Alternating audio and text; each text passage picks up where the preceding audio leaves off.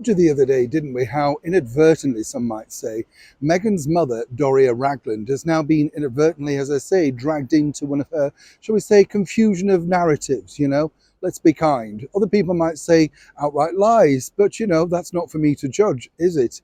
What's interesting here, though, is as this story and this unfolds from that particular, not bombshell as such, but really just a fantasy sort of documentary, it does appear that it must be very heartbreaking for people to find out exactly that whoever told them that particular story is not necessarily telling them the truth. As ever, let me explain.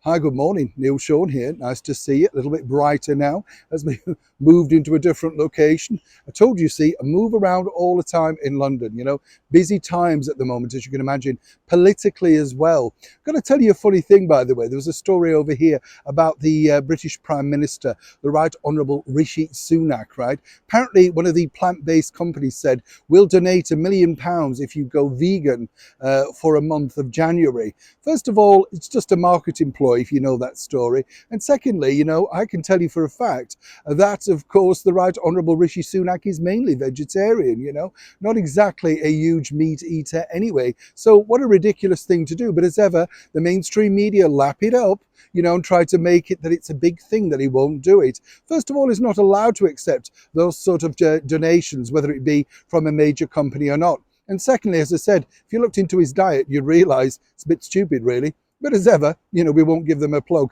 Back also to your breaking roll story of the day. This story, for me, as I say, is right. It's sort of really kind of heartbreaking in some respects because, as we saw in that documentary recently, Meghan wheeled out, this lovely young lady, so it appears, Ashley, who apparently, according to that narrative, was told that she couldn't attend one of the most historical events in that royal year, the royal wedding of course, Meghan Markle and Prince Harry. And according to Meghan, she was advised, suggested, whichever way you want to put it, that no, she shouldn't invite people.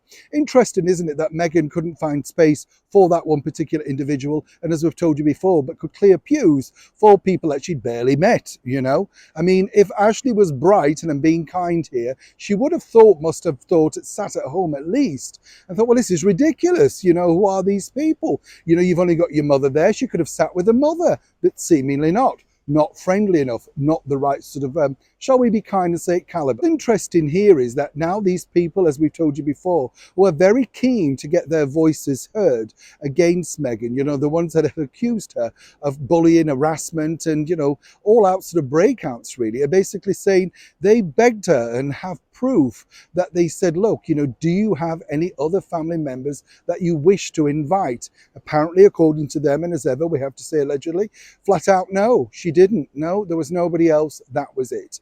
A lot of it was based upon the fact, of course, the debacle with her father, Thomas Markle, and the alleged fakery with, of course, him sitting with the paparazzi and doing stage pictures. How times change, Meghan and Harry.